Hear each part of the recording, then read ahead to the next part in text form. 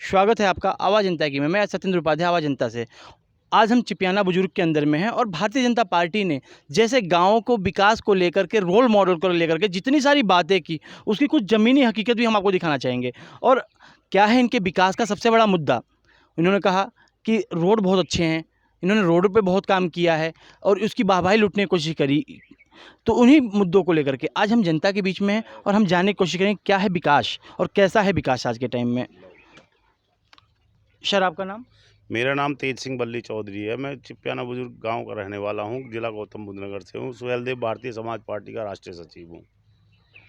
चौधरी साहब, मैं ये जानना चाहूँगा, जैसे कि भारतीय जनता पार्टी ने बड़े विकास के वादे किए, बहुत विकास की बातें कही और जैसे कि मैं आ रहा था तो मैंने देखा टूटी हुई सड़कें, बहता हुआ गंदा पानी, टूटी हुई नालियाँ, रोडों पे पानी का जमाव, ये सारी सिचुएशन हमें आपके गांव में नज़र आई। तो क्या यहाँ विकास नहीं हुआ?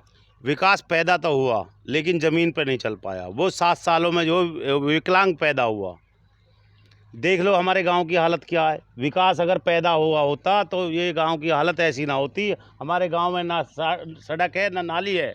हमारे गांव में अगर ज़रा सा बरसात हो जाए तो यहाँ पे पैदल चलने के लिए भी तरसते हैं लोग।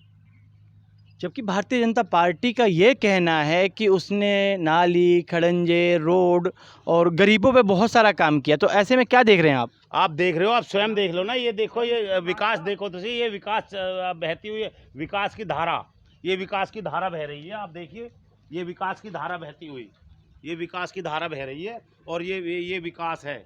उत्तर प्रदेश में सिर्फ योगी सरकार ढोंग डच्चर कर रही है, उसके सिवा और कुछ नहीं कर रही। सिवाय उत्तर प्रदेश को पिछली सरकारों ने जो है उत्तर प्रदेश में एम्बुलेंस दी थी। इस सरकार ने इस योजना में और इस उसमें सांड दिया है। सांड इस सरकार ने सांड दिया है। सांड पिछली सरकार ने एम्बुलेंस दी थी, इस सरकार ने सांड दिया है। देख लो विकास कैसा हुआ है।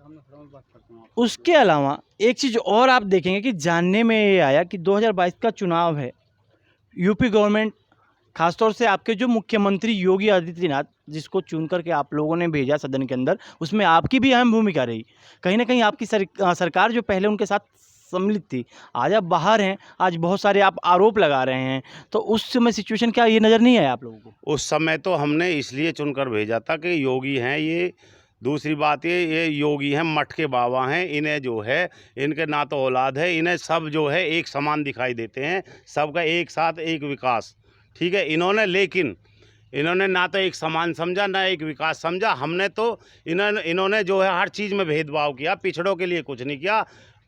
अगर किया होता तो आपके सामने है क्या किया है।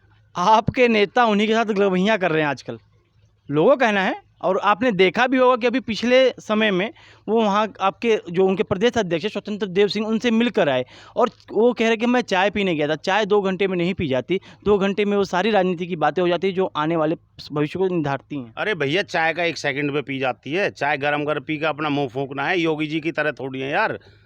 ऐसा तो नहीं कि ठंडी चाय पीने गए, पीछे हमसे जो भूल हुई उस भूल को सुधारने के लिए चले गए। ऐसा कुछ नहीं है। पिछली कोई भूल नहीं थी। नेताजी ने ना तो कभी भूल की ना आगे करेंगे। अगर अब के इन्हें मुंह की चबानी पड़ेगी योगी जी को। उत्तर प्रदेश से इनको माननीय ओम प्रकाश राजभर जी खदेड़ने का काम करेंगे। बगैर ओम प्रकाश राजभर जी के सरकार नहीं बनेगी किसी कीमत पे। ठीक है, ये तो हर पार्टी का दावा होता है। हर पार्टी कहती है कि बिना मेरे सरकार नहीं। अगर गांव का प्रधान भी लड़ता है ना, जिस पे 10 वोट ना हो, फिर भी वो कहता है कि प्रधान मैं ही हूँ। तो ये तो अपनी एक इच्छा होती है, व्यक्त की जाती है। लेकिन आप जिस सरकार में थे, लोग ये कहते हैं कि आपकी मनसा सिद्ध नहीं हो इसलिए छोड़ के भाग गए। नहीं, ऐसा कुछ नहीं है। मनसा सिद्ध क्या, पिछड़े पिछाड़े लोग हैं 58% है। अच्छा, 58% जिधर जाएगा, जिधर 58% जाएंगे पिछड़े लोग, उधर सरकार बनाएंगे। और हमने अपने लिए क्या मांगा? इस्तीफा दिया है। योगी जी इस्तीफा दें मुख्यमंत्री पद से। अगर इनमें दम है तो इस्तीफा दे के दिखाएं, जैसे माननीय ओम प्रकाश राजभर जी ने अपने पद से इस्तीफा दिया है। सर, जनता ने बैठाया, जनता भेजेगी, वापस चले जाएंगे। लेकिन आप लोगों ने क्यों दिया? भगा के दिखाएगी, धक्का देगी, धक्का। चलिए, मैं मानता हूँ आप जो कहते हैं वो ठीक हो। सर, आपका नाम? परवीन चौधरी। सर, अभी मैं आपके गांव में आ रहा था। गांव में आपके बहुत सारा मैंने देखा कि नालियां टूटी हुई हैं, खड़ंजे नहीं हैं, रोड सही नहीं है। तो क्या लगता है कि यहाँ पे कार्य हुआ या नहीं हुआ? यहाँ के सभी लोग नेता जो हैं आते हैं और वादे करते हैं और चले जाते हैं कि अभी हम सड़क भी बनाएंगे, नाली भी बनाएंगे। लेकिन सब अपने वोट बनाने के लिए, बैंक बनाने के लिए आते हैं, मीठी मीठी बात बनाते हैं, पंचायत लगाते हैं, सारे वादे करते हैं, लेकिन कुछ नहीं करते। नालियाँ देख लो, सड़क देख लो। आप खुद चल कर आए हो लालकुआ से चिपियाने गाँव में, कहीं पर आपको विकास मिला सड़क का? कहीं पे हो रहा है थोड़ा बहुत, कहीं पे नहीं हो रहा, यहाँ पे बिल्कुल ही नहीं हो रहा है। अब के जब आप वोट करने जाएंगे तो आपके मूल मुद्दे क्या होंगे? अब के जो वोट डालने जाओगे तो क्या करोगे आप? किस मुद्दे पे वोट करना चाहोगे? जैसे कि आप यहाँ पे रहते हैं, आप यहाँ पे रहते हैं?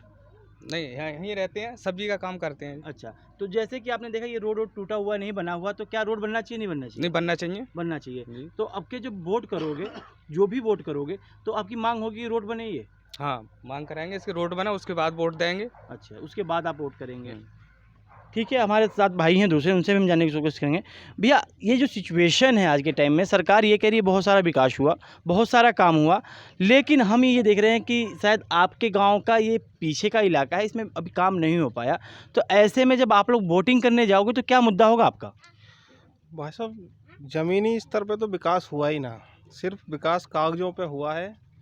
इस गांव के गैल तो बहुत बड़ी समस्या हुई है कि ना तो इस गांव में प्रधानी है, ना ही नगर पंचायत के अंदर अंतर्गत आता है। ये गांव अथॉरिटी के अंदर आता है और अथॉरिटी यहाँ कोई भी विकास नहीं कर रही है।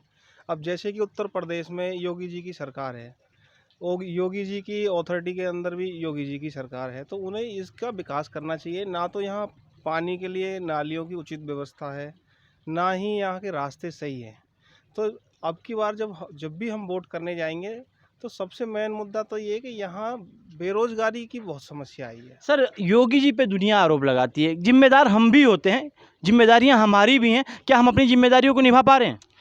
सर देखो, जो यहाँ का शासक है, यानी जो भी यहाँ का प्रधानमंत्री है या राज्य मंत्री है, जो भी है, ये उनकी व्यवस्था होती है कि वो जनता को सुविधा मुहैया कराएं। अब बेरोजगारी की समस्या है तो बेरोजगारी के लिए उनकी ये ड्यूटी होती है, जनता उन्हें चुन के भेजती है इसीलिए कि हमारी समस्याएं सुनी जाएं। कोरोना काल को कैसा देखा आपने? क्या रहा एक्सपीरियंस आपका कोरोना काल में? कोरोना काल में तो इतनी बुरी दशा हो गई है साहब, गरीब जनता तो मरने को तैयार है। यहाँ से लोग दूर दूर से आके यहाँ रहते हैं, शहर में अपना रोजगार करते हैं, व्यवसाय करते हैं, मगर यहाँ उल्टा इतनी बुरी समस्या हुई है कि यहाँ से तो लोग छोड़ छोड़ के भाग गए। किराए का भी मतलब इंतजाम ना हुआ, लोग अपने गांव को पैदल गए।